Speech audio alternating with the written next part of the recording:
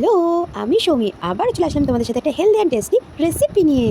চলো চিকেনগুলোকে এইভাবে একটুখানি ম্যারিনেট করে নিই। গোলমরিচ গুঁড়ো, নুন আর অল্প পাতিলেবুর রস এইভাবে ম্যারিনেট করে মোটামুটি আধ ঘন্টা মতো রেখে দিতে হবে। সময় বেশি না পাওয়া গেলে আধ ঘন্টা রাখলেও হবে। এইদিকে আমি সবজিগুলো একটু কেটে নিই।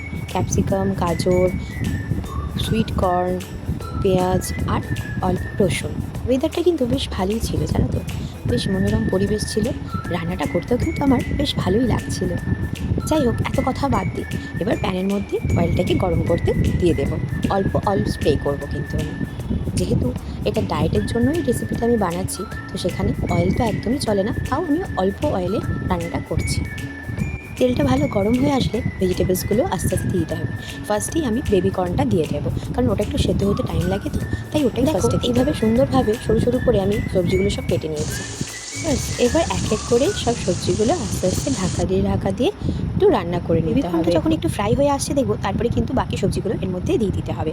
হালকা হাতে নাড়াচাড়া করার পর যখনই দেখবো যে একটু সবজিগুলো নরম হয়ে আসছে, সেদ্ধ হয়ে গেছে বা ভাজা ভাজা হয়ে আসছে, তখন আস্তে আস্তে আমি রসুনটা আর পেঁয়াজটাও এতে অ্যাড করে দেবো। আর হ্যাঁ, মশলাগুলো এর মধ্যে অ্যাড করে দিয়েছি, কিন্তু এখানে ধনে গুঁড়ো, জিরে গুঁড়ো, হলুদ আর লঙ্কা গুঁড়ো আর নুন আমি দিয়েছি।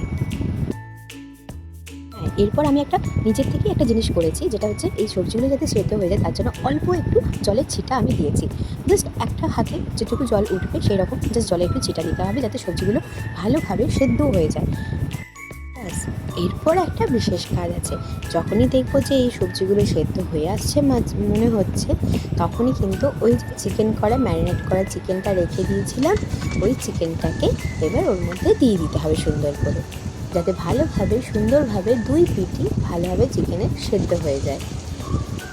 হ্যাঁ, মাঝে আমি জাস্ট একটু এই চিকেনটা সেদ্ধ হওয়ার জন্য অল্প, মানে জাস্ট সামান্য অয়েল স্প্রে করেছিলাম।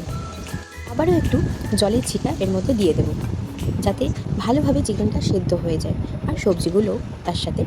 যাই হোক, বেশিক্ষণে কিন্তু টাইম লাগে না এটা। এবার একটু ঢাকা দিয়ে রেখে দিলাম। মোটামুটি 10 থেকে 15 মিনিট পরই দেখবে সুন্দরভাবে একটা রেসিপি আমার চলে এসছে, যার নাম দিয়েছি চিকেন ভেজিস স্যালাড।